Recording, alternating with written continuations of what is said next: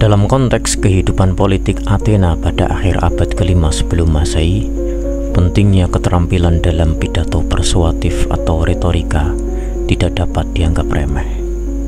Perkembangan demokrasi menjadikan penguasaan kata-kata tidak hanya merupakan prasyarat keberhasilan politik, tetapi juga sangat diperlukan sebagai bentuk pembelaan diri jika seseorang dihadapkan pada tuntutan hukum. Oleh karena itu, kaum sofis menjawab kebutuhan yang semakin meningkat di kalangan kaum muda dan ambisius. Meno, seorang murid Gorgias yang ambisius, mengatakan bahwa tugas Arete dari seorang laki-laki adalah memerintah masyarakat, yaitu mengatur urusan publiknya agar bermanfaat bagi teman-temannya dan merugikan musuh-musuhnya. Ini adalah cita-cita yang sudah lama ada, namun paling baik diwujudkan di Athena yang demokratis melalui retorika. Dengan demikian, retorika merupakan inti dari pendidikan sofistik, meskipun sebagian besar kaum sofis mengaku mengajar mata pelajaran yang lebih luas. Perkembangan sofisme tidak terlepas dari perkembangan Athena yang demokratis, yang diperlihatkan dalam berbagai forum, terutama dalam sidang umum warga kota dan sidang pengadilan. Kehidupan politik Athena bisa dipandang sebagai motivator dan sekaligus lahan bagi gerakan kaum sofis. Kemampuan berdebat lantas menjadi kebutuhan yang tidak bisa diremehkan, sehingga untuk memperoleh kemampuan tersebut, orang mencari pendidikan dan latihan, serta kalau perlu, membayar untuk itu. Kaum sofislah yang menjual pendidikan dan latihan retorika tersebut. Karenanya, Karl Bertens memuji kaum sofis sebagai perintis pendidikan bagi kaum muda yang di zaman modern malah melembaga sebagai peranata pencerdasan kehidupan dan bagian dari kebutuhan dasar. Lebih spesifik, berikut adalah faktor-faktor lahirnya kaum sofis di Yunani kuno. Pertama, perubahan politik dan sosial. Periode abad ke-5 sebelum Masehi di Yunani, terutama di Athena, ditandai oleh perkembangan sistem demokrasi. Keterlibatan warga kota dan keputusan publik mengarah kepada meningkatnya permintaan untuk keterampilan berbicara dan argumen yang efektif. Kaum sofis memanfaatkan permintaan ini dengan menawarkan pelatihan retorika kepada mereka yang ingin berpartisipasi aktif dalam kehidupan politik. Kedua, mobilitas sosial. Pada masa itu ada pergeseran sosial yang memungkinkan mobilitas sosial. Keterampilan berbicara yang baik dan kecerdasan retorika dianggap sebagai alat yang efektif untuk mencapai keberhasilan dalam berbagai bidang, termasuk politik, hukum, dan perdagangan. Sofis menyediakan pelatihan ini kepada mereka yang mampu membayar. Ketiga, pertentangan filosofis dan pemikiran rasio. Kaum sofis muncul pada saat pertentangan dan perdebatan filosofis berkembang di Yunani.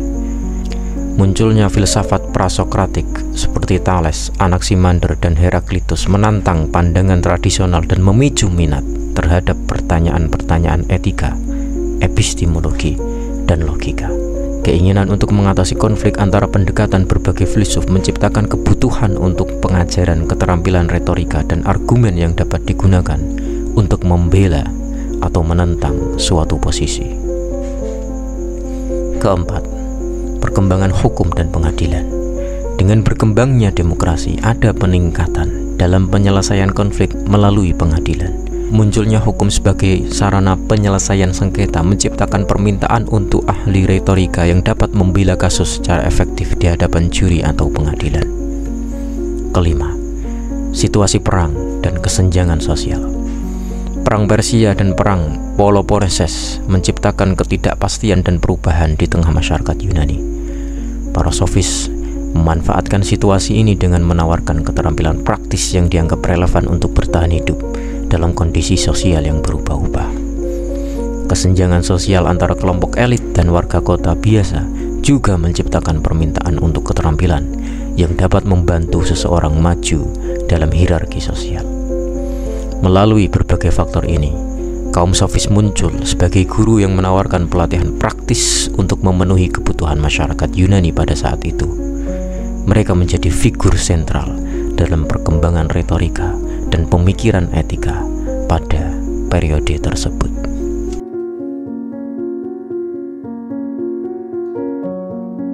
Istilah sofis atau sofistes berasal dari kata Yunani untuk kebijaksanaan atau sophia dan bijaksana atau sophos.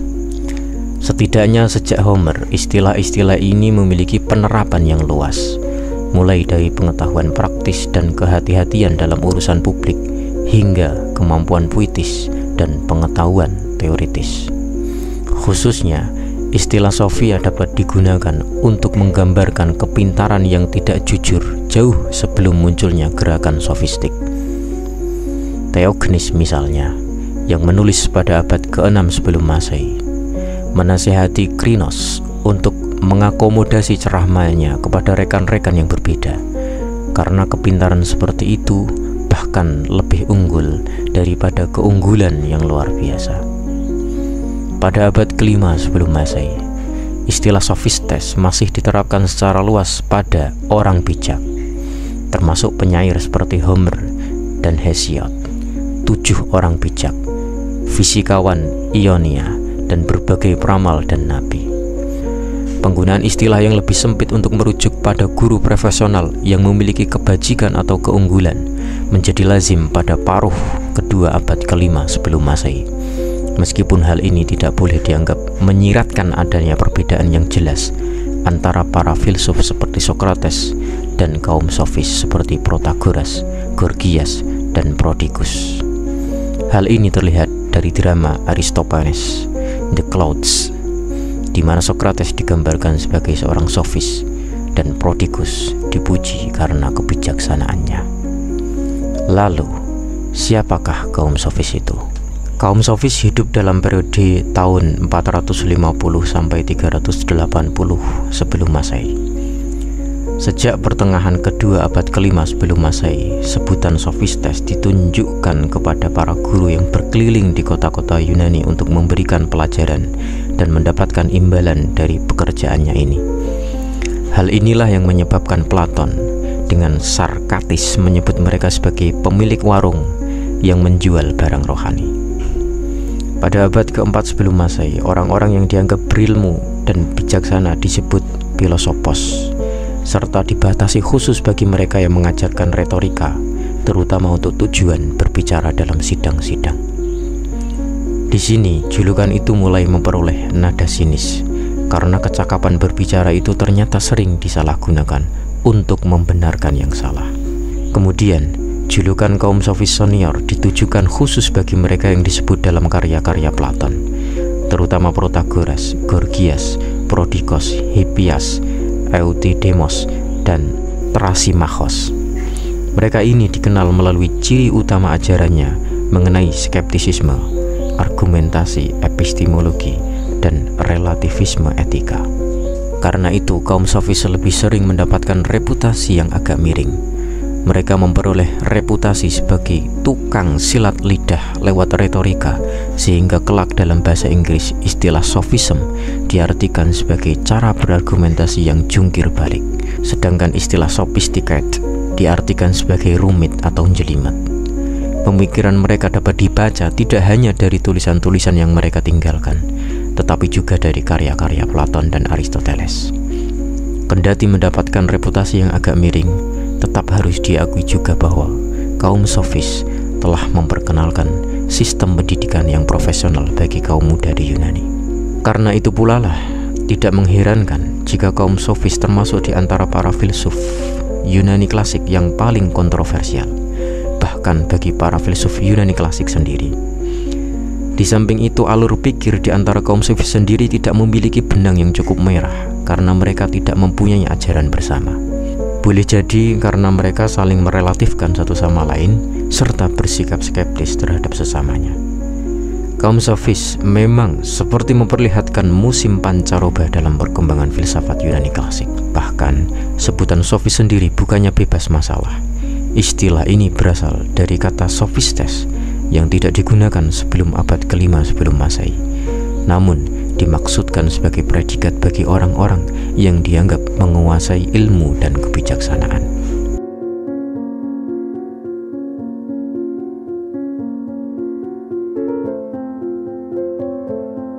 Protagoras dari Abdera di daerah Trache adalah tokoh yang memaklumkan diri sendiri sebagai pemuka kaum sofis. Dia hidup sezaman dengan Demokritos yang juga berasal dari kota yang sama. Dia hidup sebagai guru yang berkeliling Yunani dan hidup di Athena beberapa waktu. Di Athena, ia menjadi teman dari Perikles yang memintanya menulis konstitusi bagi koloni Athena di Turi pada tahun 444 sebelum Masehi. Protagoras adalah tipikal seorang anak dari zamannya. Masyarakat Yunani ketika itu, khususnya Athena, sudah merupakan masyarakat yang biasa berperkara. Warga negara harus bisa membela diri sendiri dalam sidang-sidang pengadilan atau parlemen sehingga kecakapan berdebat menjadi penting. Dengan begitu, bahkan warga negara yang tidak punya banyak uang bisa menang dalam perkara di pengadilan asalkan pintar bicara. Tetapi justru disinilah letak awal persoalan, karena dalam kenyataannya hanya warga negara yang kaya yang bisa mempelajari retorika pada guru yang cakap. Salah satu dari guru-guru yang cakap di zaman itu adalah Protagoras. Gorgias berasal dari Leontini di Sisilia. Tempat kelahirannya dikenal sebagai asal dari retorika Yunani. Bapaknya bernama Harmandites dan dia mempunyai seorang saudara lelaki bernama Herodikos serta seorang saudara perempuan yang mempersembahkan sebuah patung untuknya di kuil Delphi. Pada tahun 427 sebelum Masehi, ia datang sebagai duta besar untuk meminta bantuan Athena agar menangkal agresi Sirakus dan kemudian menetap di Athena. Gorgias berusia sangat panjang. Dia meninggal pada usia 108 tahun di Larissa, Tesalia pada tahun 375 sebelum Masehi. Dia adalah murid dari Empedokles serta menjadi guru retorika bagi Perikles yang kesohor itu, Critias, Menos, dan Isokrates. Platon yang menobatkan Gorgias sebagai relativis moral juga menyebutkan Menos sebagai murid dari Gorgias. Gorgias kesohor karena jago pidato dan sering membuat penduduk Athena terkesima. Meski istilah retorika baru kemudian digunakan oleh Platon dalam naskahnya yang berjudul Gorgias dan Phaedrus. Menurut Aristoteles yang menulis Teche Rhetoricae, Gorgias sempat berorasi di festival Yunani Raya.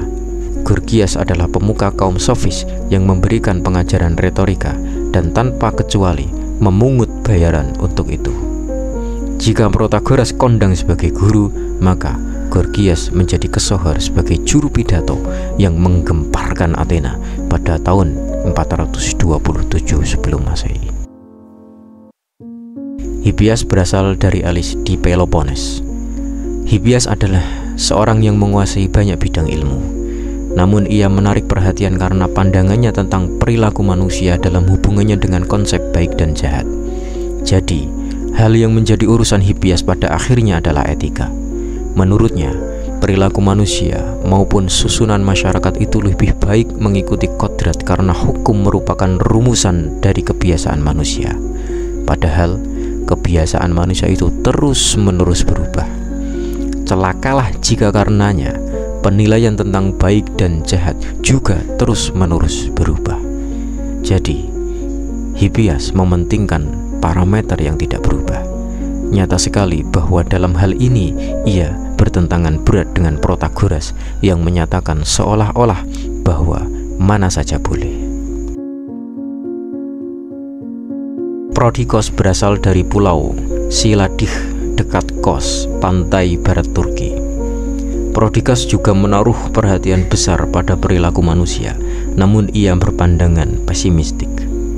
Kematian dipandangnya sebagai jalan keluar yang baik untuk membebaskan diri dari kejahatan untuk hidup. Pikiran Prodikos bersemangat humanis dan ia menafsirkan religi dari sudut pandang naturalisme. Teorinya menyatakan bahwa orang-orang primitif itu begitu terkesan dengan anugerah alam kepada mereka untuk melanjutkan hidup, sehingga mereka percaya kalau semuanya itu adalah temuan dewa-dewa atau merupakan penjelmaan kepala dewa. Menurut Prodikos, religi itu ujung-ujungnya adalah penemuan manusia belaka. Dia menggambarkan bahwa mula-mula manusia menyembah benda-benda alam, termasuk juga makanan dan minuman. Teori Prodikos itu mengesankan bukan hanya karena rasionalitasnya, melainkan karena ia membaca kaitan antara religi dan kegiatan pertanian. Pada zaman kita, pandangan Prodikos itu diwakili juga antara lain oleh Karen Armstrong dalam bukunya A History of God. Pandangan skeptis Prodikos terhadap religi itu juga mencerminkan sikap kaum sofis.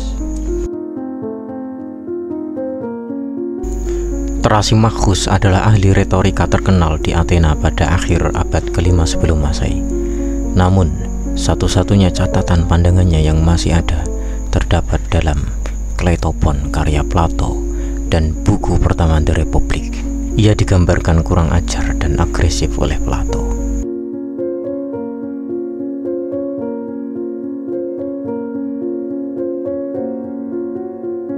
Perbedaan antara fisis atau alam dan nomos atau adat istiadat, hukum, dan konvensi merupakan tema sentral dalam pemikiran Yunani pada paruh kedua abad ke-5 sebelum Masehi, dan khususnya penting untuk memahami karya kaum sofis. Sebelum beralih ke pertimbangan canggih mengenai konsep-konsep ini dan perbedaan di antara keduanya, ada baiknya kita membuat sketsa arti dari istilah-istilah Yunani tersebut. Aristoteles mendefinisikan fisika sebagai substansi benda-benda yang memiliki sumber pergerakan.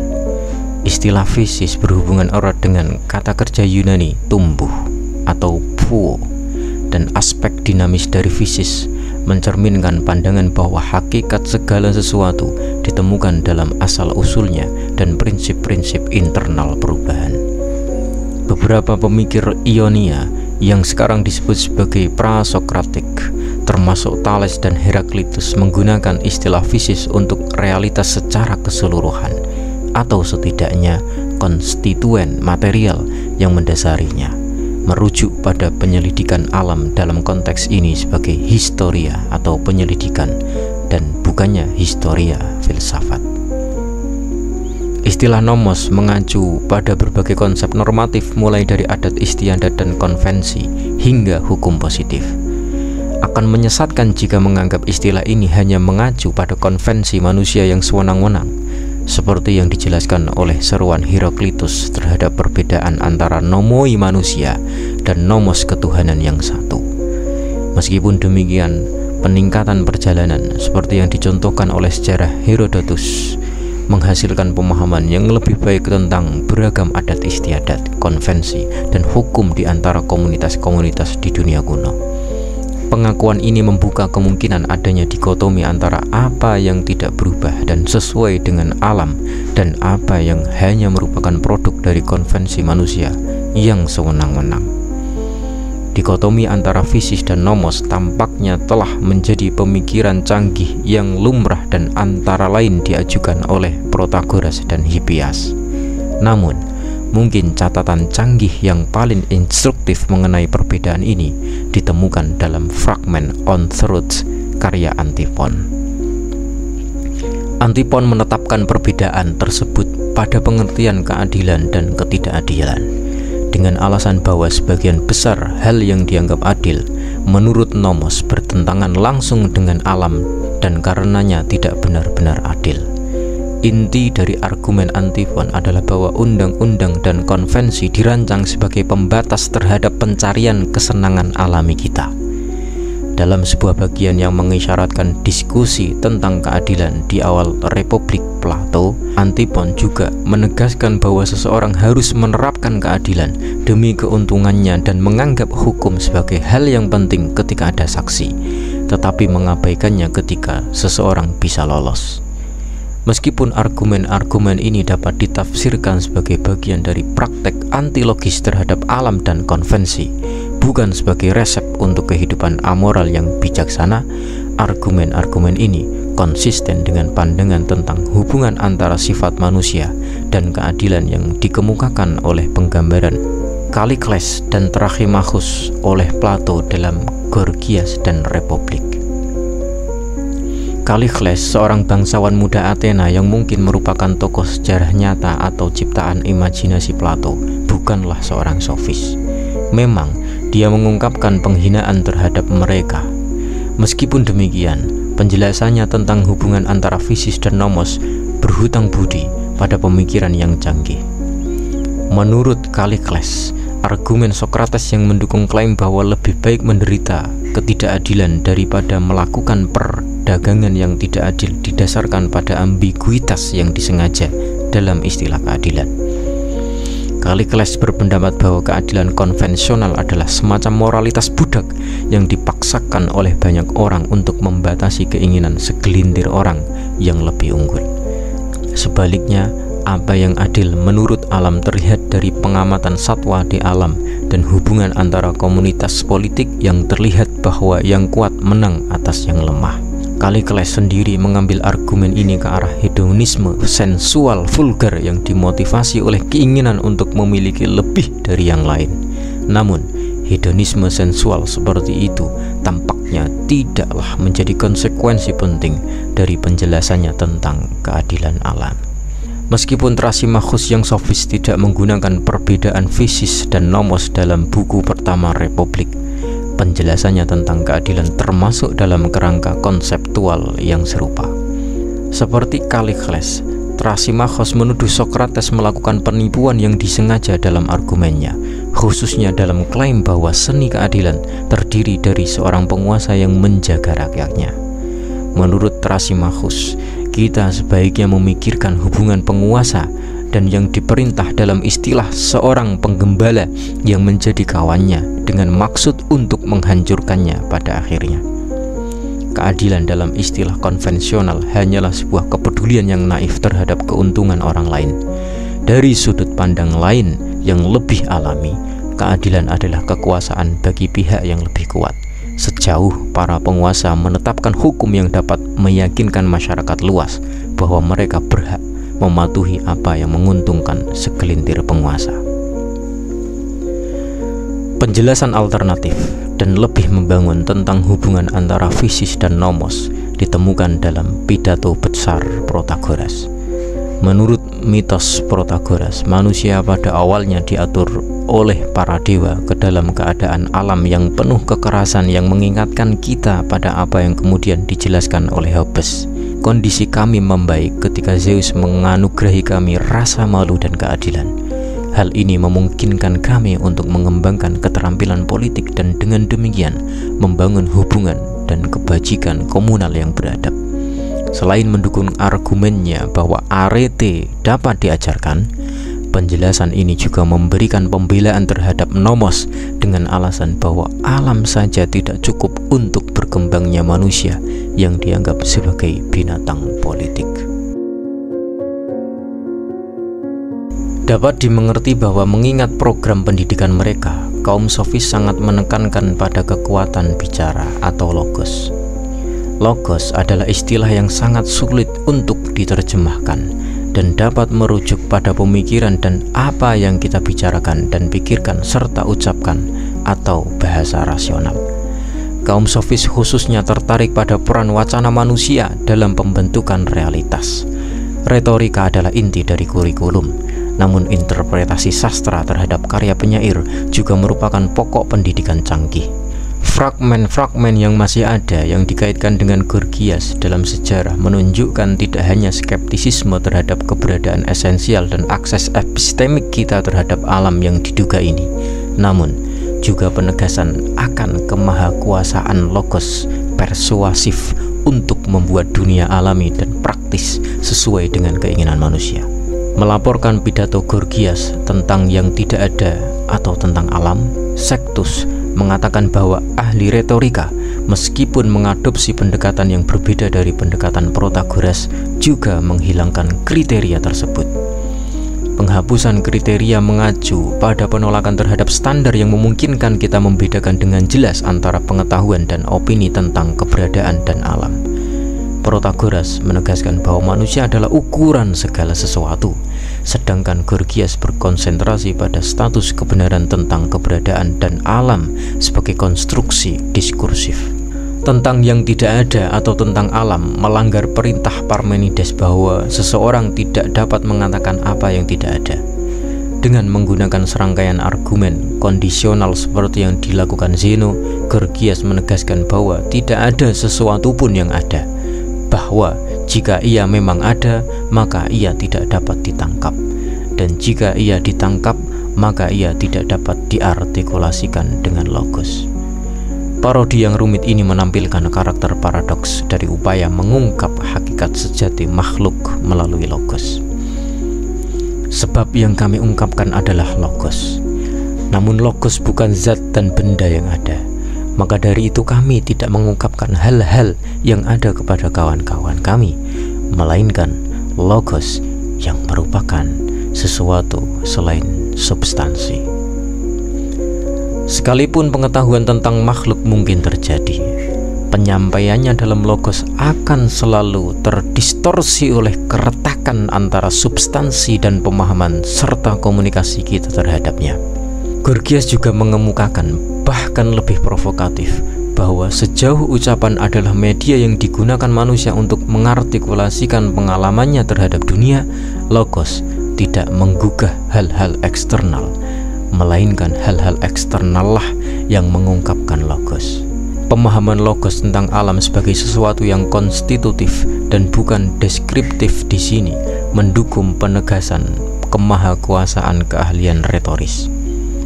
Catatan Gorgias menunjukkan bahwa tidak ada pengetahuan tentang alam subspesies aeternitatis, dan pemahaman kita tentang realitas selalu dimediasi oleh penafsiran diskursif yang pada gilirannya menyiratkan bahwa kebenaran tidak dapat dipisahkan dari kepentingan manusia dan klaim kekuasaan. Dalam encomium kepada Helen, Gorgias menyebut logos sebagai tuan yang berkuasa. Jika manusia mempunyai pengetahuan tentang masa lalu, masa kini atau masa depan, mereka tidak akan terpaksa menerima pendapat yang tidak terduga sebagai penasihatnya. Perdebatan yang tidak ada habisnya antara para astronom, politisi, dan filsuf bertujuan untuk menunjukkan bahwa tidak ada logos yang pasti. Ketidaktahuan manusia mengenai kebenaran yang tidak ada dapat dimanfaatkan sebagai persuasi retoris sejauh manusia menginginkan ilusi kepastian yang disampaikan melalui perkataan. Pengaruh logos terhadap kondisi jiwa sebanding dengan kekuatan obat terhadap sifat tubuh. Sebagaimana obat-obatan yang berbeda menghilangkan berbagai macam sekresi dari dalam tubuh, dan ada yang mengakhiri penyakit dan ada yang mematikan, demikian pula dalam kasus logos. Ada yang menyusahkan, ada yang menyenangkan, ada yang menimbulkan rasa takut, ada yang membuat pendengarnya berani, dan ada pula yang membius dan menyihir jiwa dengan semacam bujukan jahat. Semua orang yang telah meyakinkan orang, kata Gorgias, melakukannya dengan membuat logos palsu. Walaupun bentuk kekuasaan lain memerlukan kekuatan, logos menjadikan semua orang yang bersedia menjadi budaknya. Penjelasan tentang hubungan antara ucapan persuasif, pengetahuan, opini, dan realitas ini secara luas konsisten dengan penggambaran Plato tentang ahli retorika dalam Gorgias. Baik relativisme Protagoras maupun penjelasan Gorgias tentang kemahakuasaan logos menunjukkan apa yang kita sebut sebagai anti-realisme epistemik deflasi. Teori etika kaum sofis menawarkan pandangan yang kompleks dan seringkali kontroversial tentang sifat moralitas dan kebenaran. Kaum sofis dikenal karena sikap skeptis mereka terhadap ide bahwa ada standar moral yang objektif dan absolut. Sebaliknya, mereka cenderung memandang moralitas sebagai sesuatu yang relatif dan tergantung pada individu, budaya, atau situasi tertentu. Pandangan utama ini dikenal sebagai relativisme moral. Menurut kaum sofis, tidak ada kebenaran moral yang tetap dan universal.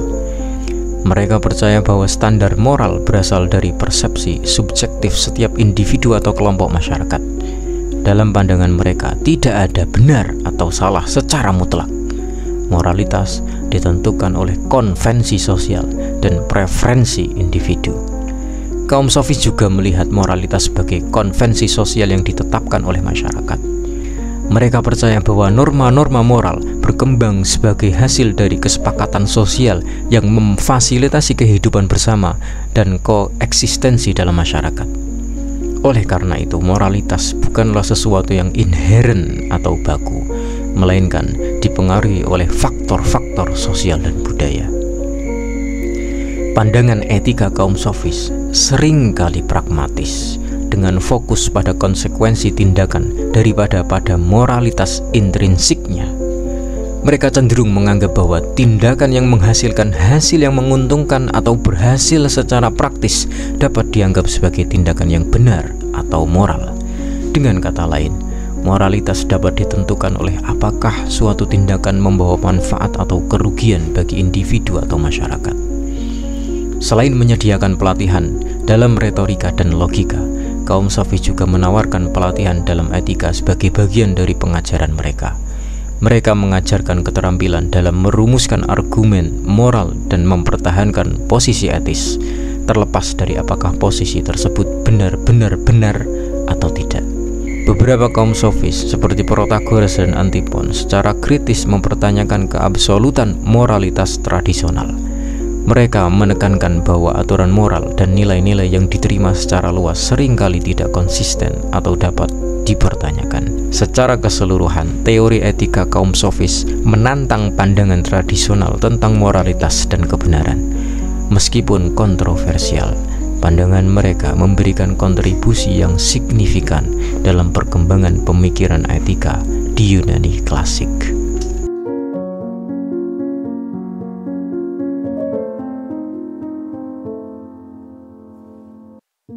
Protagoras kesohor karena pernyataannya yang berbunyi, manusia itu adalah ukuran bagi segala-galanya. Dari segala apa yang adalah demikian, dan dari bukan apapun yang bukan demikian. Pernyataan ini pula lah yang menjadi pangkal bagi relativisme Protagoras, dan di kemudian hari juga menginspirasi kaum cendekiawan pada zaman Renaissance yang mengartikannya sebagai pesan bahwa manusia itu harus mengandalkan kemampuan akalnya sendiri dan bukan yang lain-lain. Abstraksi seperti kebenaran, kecantikan, keadilan, dan kebajikan merupakan kualitas-kualitas yang jika mengikuti pandangan Protagoras bersifat relatif tergantung orang yang mempersepsinya. Sikap ini mengandung resiko besar. Bagaimana kalau relativisme diterapkan juga dalam kasus pencurian atau pembunuhan? Ajaran Protagoras mengatakan bahwa yang menentukan di pengadilan pada akhirnya adalah kecakapan untuk membuat kasus yang buruk menjadi baik. Pandangan ini menimbulkan kontroversi karena muncul kesan di kalangan orang-orang Athena bahwa Protagoras itu memajukan ketidakadilan serta kebatilan. Jika dirumuskan secara luas, relativisme itu merupakan pandangan yang mengizinkan penilaian-penilaian yang bertentangan yang sampai tingkat tertentu berlaku sama bagi mereka yang mempercayainya demikian. Kaum relativis bisa berpikir sama-sama semena-mena, sama-sama masuk akal, sama-sama berguna atau sama-sama benarnya, tetapi juga sama-sama salahnya. Sementara itu, relativisme yang ekstrim adalah pandangan yang secara mutlak menyangkal kemungkinan dari suatu kebenaran dengan meneguhkan bahwa tidak ada hal yang bisa benar tanpa persyaratan. Konsekuensinya adalah bahwa semua bisa saja disebut benar hanya selama diimbuhi dengan syarat jika. Relativisme ekstrim ini tidak hanya membawa konsekuensi moral, yakni bahwa tidak ada yang bisa baik tanpa persyaratan, melainkan juga membawa konsekuensi yang sama bagi dunia empiri. Dalam dunia empiri, tidak ada juga kebenaran yang tanpa syarat. Sebagai contoh, ketika kita mengajukan pertanyaan kepada seorang relativis ekstrim, apakah teh ini manis? Maka ia akan menjawab dengan konsekuen, ya, teh ini memang manis, dengan syarat kita sedang tidak selesma. Menurut Woodruff, para filsuf kuno sudah mendapat kesulitan ketika berhadapan dengan kebenaran relatif dari Protagoras. Kemudian ia coba mengkonstruksikan ajaran Protagoras dalam 4 pokok berikut. Pertama, sebagaimana dituturkan oleh Aristoteles dengan menyatakan bahwa manusia merupakan ukuran bagi segala-galanya, maka Protagoras telah melepaskan diri dari dalil non-kontradiksi secara total. Konsekuensinya, suatu penilaian bisa benar dan salah pada saat yang bersamaan. Dua ahli psikologi bisa berbeda penilaian tentang apakah seorang pasien mereka neurotik atau tidak, tetapi mereka tidak bisa berbeda pendapat tentang kenyataan apakah pasien masih hidup atau sudah mati. Kedua, angin dingin dan angin panas adalah pernyataan yang berbeda tanpa persyaratan karena keduanya berlawanan sehingga bertentangan. Jika masing-masing adalah benar dengan syarat, maka keduanya sama benarnya, kendati masing-masing tidaklah benar begitu saja. Yang dimaksudkan dalam hal ini adalah bahwa dua orang pembicara dapat mengemukakan kebenaran dari sudut perspektif masing-masing. Ketiga, apa yang saya persepsikan terjadi hanya ketika saya mempersepsikannya. Hal yang sama berlaku juga untukmu dengan asumsi bahwa tak ada satupun di antara kita yang mempersepsikan objek yang sama pada saat yang sama, tetapi kemudian kita mengubah objek dengan mempersepsikannya. Bandingkanlah misalnya dengan pernyataan, tiada malaikat di antara kita. Pernyataan ini hendak mengingatkan bahwa sebenarnya di antara kita tiada yang tidak berdosa. Keempat, andaikan ada satu kebenaran untuk kita semua, tetap saja pandangan kita masing-masing cukup susah untuk mendukung kebenaran itu. Angin dapat benar-benar panas dan benar-benar dingin, dan hal ini mungkin jika kedua pihak yang berlawanan hadir bersama-sama, seperti halnya asam dan manis bisa masuk ke dalam sup yang sama. Kaum sofis bersikap skeptis terhadap kepastian yang dicari dalam kerangka alam semesta, sehingga pandangan relativis Protagoras eksis dalam metafisikanya. Relativisme Protagoras bersumber pada kesadaran akan keterbatasan manusia sendiri untuk dapat mengetahui segalanya secara lengkap dan utuh. Kesadaran akan keterbatasan seperti ini juga sudah dikemukakan oleh Demokritos. Keterbatasan tersebut mendasari agnostisismenya. Karena itu tersohorlah ungkapannya tentang para dewa, saya tidak punya cara untuk mengetahui apakah mereka itu ada atau tidak ada, atau seperti apa mereka itu. Banyak hal yang menghalangi kita untuk mengetahuinya, termasuk kekaburan tentang mereka dan hidup manusia yang singkat. Pembela Protagoras di zaman kita adalah antara lain Joseph Margolis melalui bukunya The Truth About Relativism. Protagoras membatasi konstruksi pemikirannya berdasarkan persepsi semata. Karena itu, hal yang tidak berdasarkan persepsi baginya adalah adelon atau samar-samar. Keempat konstruksi pemikiran Protagoras tadi sebenarnya bertumpu pada satu standar, yakni kebenaran kata-kata. Artinya, konstruksi itu hanya mungkin jika kata-kata digunakan hanya dengan satu arti yang sama dan bukan dicampur aduk. Konsep ini mirip dengan salah satu butir ajaran dari Konfusius dari Timur Jauh yang disebut sebagai doktrin penegakan nama. Agnostisisme dan relativisme Protagoras membawa konsekuensi-konsekuensi penting. Berkat kecakapan retorika, ia percaya bahwa hukum itu bisa berubah secara bertahap berdasarkan konsensus yang dicapai dalam parlemen. Akibatnya, ia memang memperlihatkan potensi perbedaan antara hukum alam dengan hukum kebiasaan manusia yang sekarang kita kenal sebagai hukum positif. Masalahnya adalah bahwa tidak semua orang berpikir seperti Protagoras dan malahan melihat kemungkinan manipulasi hukum dan perekayasaan konsensus untuk tujuan-tujuan yang buruk. Manipulasi seperti inilah yang sering terjadi dalam praktek demokrasi modern. Jika Protagoras dikenal sebagai seorang relativis, maka Gorgias kesohor sebagai seorang pendekar skeptisisme.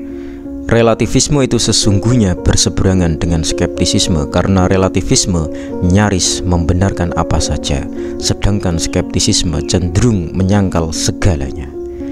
Namun di kemudian hari, relativisme itu justru menjadi salah satu argumen untuk mempertahankan skeptisisme. Karyanya Peritoumi Ontos diragukan sebagai naskah filsafat yang sesungguhnya oleh para pengamat. Para pengamat cenderung melihat karyanya ini sebagai olok-olok terhadap metafisika Parmenides. Pangkal pembahasan dalam Peritoumi Ontos bersifat ontologis serta membahas epistemologi dan bahasa. Dia menyerang gagasan yang menyatakan bahwa jika mengamati alam semesta, maka kita harus menyimpulkan bahwa segalanya itu ada atau eksis, dan kalau bisa malahan membuktikan hal yang sebaliknya. Gorgias mengambil sikap pragmatis dan mengacu kepada apa yang dapat diketahui serta dimengerti. Jika akal membayangkan atau memikirkan hal-hal yang non-eksisten, maka yang tidak eksisten tidak dipikirkan. Artinya, eksistensi itu tidak dapat dimengerti. Anggapan ini didukung oleh fakta bahwa orang bisa saja membayangkan kereta-kereta perang balapan di lautan, meskipun kejadian seperti itu tidak bisa terjadi. Menurutnya, penggunaan akal itu sangat berbeda dari apa yang terjadi dalam kenyataan. Yang eksisten itu bukanlah objek pemahaman dan tidak mungkin ditangkap akal. Pada akhirnya, Gorgias juga memaklumkan bahwa bahkan jika eksistensi itu tidak dapat ditangkap, ia tidak mungkin disampaikan kepada yang lain. Keadaan ini terjadi karena apa yang diperlihatkan kepada yang lain bukanlah suatu substansi eksternal, melainkan semata-mata logos. Logos bukan merupakan substansi dari hal-hal yang eksisten.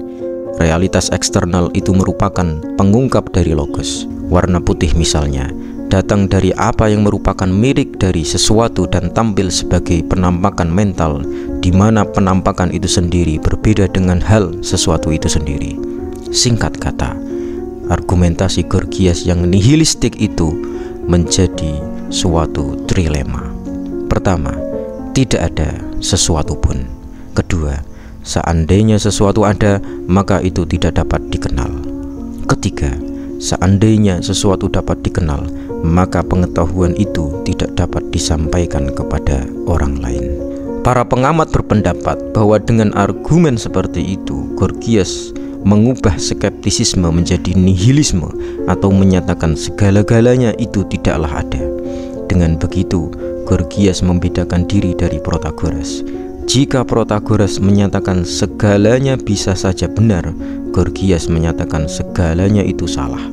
Jika Protagoras merelatifkan kenyataan dan membenarkan pengetahuan individual, Gorgias menyangkal kenyataan maupun pengetahuan sekaligus. Paradoks ini memang memicu reaksi tajam dari para filsuf sesudah mereka. Namanya saja sudah paradoks, maka bisa saja perdebatan di antara keduanya akan menjadi tak berujung. Atau dengan kata lain, jika paradoks itu kita luruskan, namanya bukan paradoks lagi. Argumen ini sering membuat Gorgias dipandang sebagai seorang ontologi skeptik atau sebagai nihilis, yaitu orang yang percaya bahwa tak ada yang eksis atau bahwa alam semesta itu tak dapat dipahami, dan bahwa konsep kebenaran itu sebenarnya fiktif belaka. Tetapi merujuk pada pandangan Gorgias, dapat juga dikatakan bahwa hanya logoslah yang merupakan objek yang sebenarnya dari penyelidikan kita, karena hanya logos itu yang dapat kita ketahui.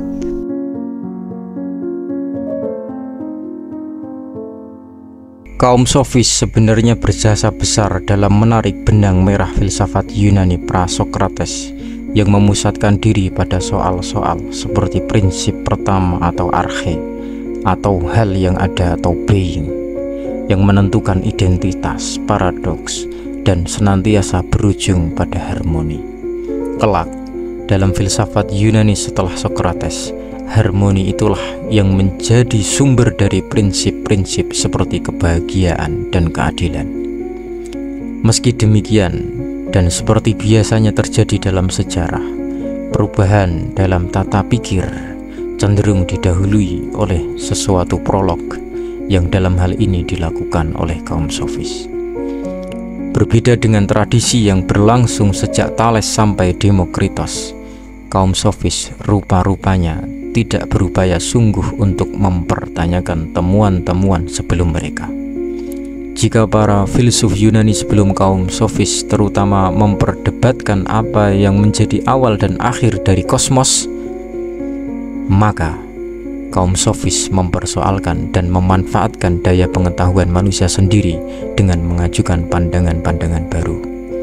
Singkat kata, kaum sofis itu pada kenyataannya meninggalkan zaman kosmologi dan membuka zaman filosofi yang kemudian dirintis oleh Sokrates.